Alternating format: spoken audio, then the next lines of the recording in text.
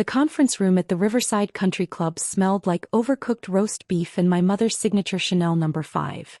42 relatives filled the space, their black funeral attire creating a sea of somber faces around white-clothed tables.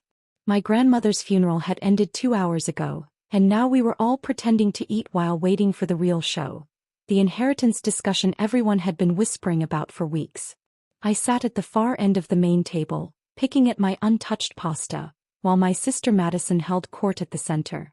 She'd worn a designer black dress that probably cost more than my monthly rent, her freshly highlighted hair swept into an elegant updo. At 28 she'd perfected the art of looking simultaneously grief-stricken and camera-ready. I was 33. I wore a simple black sheath dress from Target and my grandmother's pearl earrings, the ones she'd given me on my 16th birthday, whispering that they were special, that they meant something. "Everyone, if I could have your attention please," my father's voice boomed across the room. He stood, adjusting his suit jacket, and the conversations died immediately. My mother rose beside him, dabbing at dry eyes with a tissue. My stomach tightened. I knew that tone. I'd heard it at my college graduation when they'd announced Madison's acceptance to law school during my celebration dinner. I'd heard it at my 30th birthday party when they'd revealed Madison's engagement. The tone that said, "We're about to make this about Madison. We know today has been difficult for everyone," Mom began, her voice trembling theatrically. "Mother was such a beloved woman and we're devastated by her loss." She paused, waiting for the murmurs of agreement. "But she would want us to handle her affairs with grace and family unity." I set down my fork, my appetite completely gone. Dad cleared his throat. "As you all know, Mother's estate was substantial. The lake house, her investment portfolio, her savings, all of it represents a lifetime of careful planning."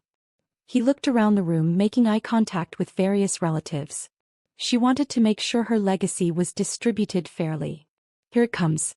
After much discussion with the estate executor, Mom continued, gesturing vaguely toward the corner where Mr. Harrison sat quietly, "and considering what's best for the family, we've decided that Claire will be transferring her inheritance portion to Madison." The room erupted in surprised chatter. I sat frozen, my hands gripping the edge of the table. "Madison has been so devoted to this family," Dad said, raising his voice over the noise. "She's visited Mother every week, helped with her medical appointments, been there for every holiday. It's only right that she receives the full benefit of Mother's estate." My Aunt Linda leaned toward me. "Claire, did you know about this?" Before I could answer, Mom cut in. "Claire understands that family comes first. She's always been so practical, so logical." The way she said it made "practical" sound like a character flaw. "She has her career, her little apartment. She doesn't need..." No. The word came out quieter than I'd intended, but in the sudden silence, it rang like a bell. Mom's head snapped toward me. "Excuse me." I stood up slowly, my legs steadier than I expected. I said no. "I'm not transferring anything to Madison." My sister's perfectly made-up face twisted in confusion. "Claire, don't be difficult. Mom and Dad already explained." "They explained what they want to happen," I interrupted, looking directly at her. "That's not the same thing as what's going to happen." Dad's face flushed red. "Young lady, your grandmother would be ashamed of this selfishness. After everything this family has done for you." "Everything you've done for me?" The laugh that escaped my throat surprised even me. "Should we talk about what I've done for this family? In front of everyone?" Mom's eyes widened in warning. "Claire Elizabeth, this is not the time." "You're right. This wasn't the time for you to announce decisions about my inheritance without consulting me." I reached into my bag with shaking hands and pulled out the manila folder I'd been carrying since the funeral. "But since we're making public announcements, let's make sure everyone has all the facts." Uncle Robert shifted in his seat. "What's she talking about?" I opened the folder, my heart hammering against my ribs. "I'm talking about the $73,000 I've given this family over the past 6 years. The money I sent every month to help with the mortgage after Dad's business failed. The credit card bills I paid when Madison's shopping addiction got out of control. The medical expenses I covered when Mom needed surgery and their insurance didn't pay enough." The room went completely silent.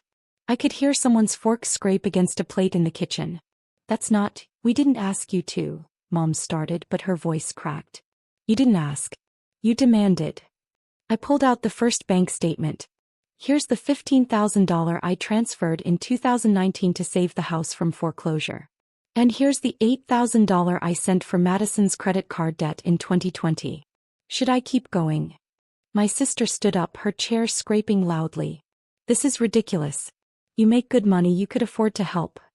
I'm a middle school math teacher, Madison. I make $54,000 a year. I looked around at my relatives who were staring at me like they'd never seen me before. I could afford to help because I lived in a studio apartment for 5 years. Because I drove a 2008 Honda until last year. Because I never took vacations, never bought new clothes, never went out to dinner. While Madison was posting Instagram photos from Cabo and Paris, I was sending my paychecks to my parents. Aunt Linda put her hand over her mouth. Uncle Robert's expression had shifted from confusion to something like anger. But not at me. And you know what Grandma told me? My voice cracked, but I pushed forward. 3 months ago when I visited her at the hospice center, alone by the way because nobody else could be bothered that Tuesday afternoon, she held my hand and said she knew. She knew about all of it. She said she'd made sure I'd be taken care of, that I'd finally be free.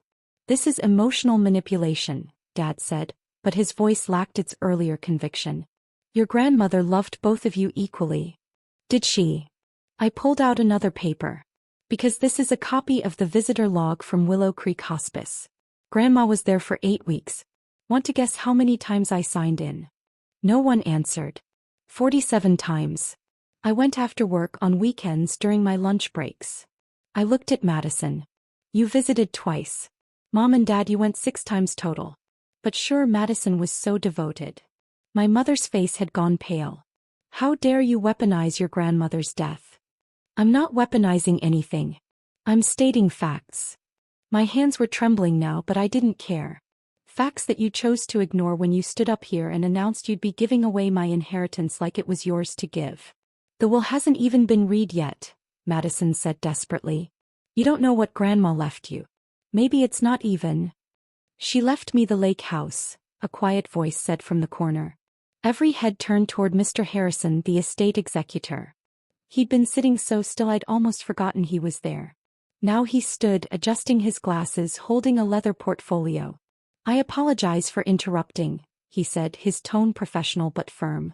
But I can't sit here and listen to this family make decisions about an estate they clearly don't understand. Dad stepped toward him. Mr. Harrison, we had an agreement that we'd discuss this privately. You wanted to discuss it privately. Mrs. Montgomery's will is quite explicit, and she was very clear about her wishes. He opened the portfolio and pulled out several documents.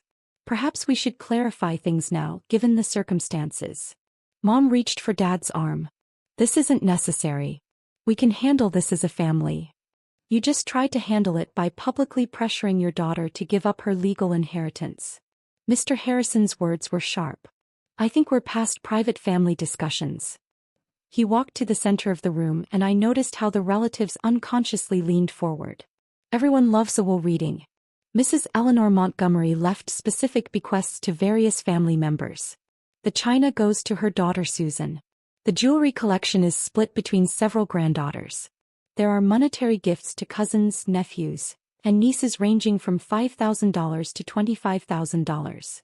Madison's eyes lit up. She clearly thought she was getting one of the large amounts.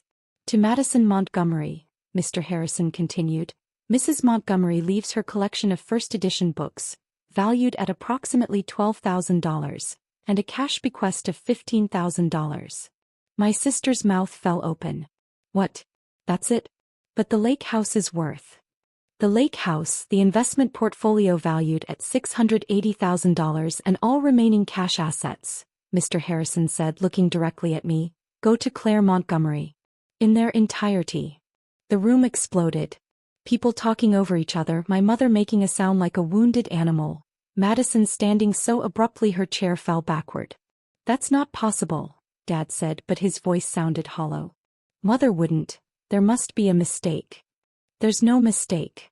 Mr. Harrison pulled out another document. Mrs. Montgomery updated her will 4 months ago. She was very specific about her reasoning, which she asked me to read if anyone contested her decisions.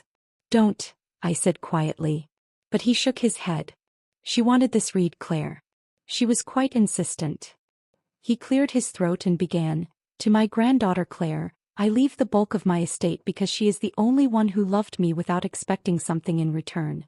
She gave selflessly to her family while they took selfishly from her. The lake house was always meant to be hers. She's the only one who appreciated its beauty, who sat with me on the porch and talked about life instead of checking her phone. Claire understands the value of sacrifice, of hard work, of true family devotion. I hope this inheritance gives her the freedom she deserves." Tears were streaming down my face. I could see Grandma's face so clearly sitting on that porch holding my hand.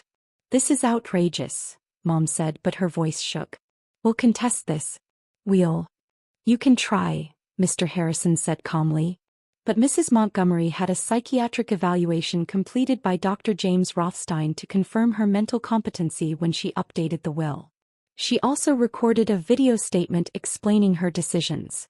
And she included a clause that if anyone contests the will, they forfeit any and all bequests, including the amounts already designated. Madison sank into her chair, her face blotchy with rage and tears. "This isn't fair. I'm her granddaughter too." "Fair." The word burst out of me. "You want to talk about fair? When have you ever cared about fair, Madison?" "Girls, please," Mom started, but I cut her off. "No. I'm done. I'm done being the backup plan, the emergency fund, the forgotten daughter." I looked at my parents. "I'm done sacrificing for people who never once said thank you." I turned to Mr. Harrison. "When can we finalize everything? I'll need you to come to my office next week to sign the papers." He handed me his card. "Congratulations, Ms. Montgomery. Your grandmother was very proud of you." As I gathered my things, the room remained silent. No one tried to stop me as I walked toward the door. But just before I left, I turned back one last time. "For what it's worth," I said, looking at my parents, "Grandma did love you.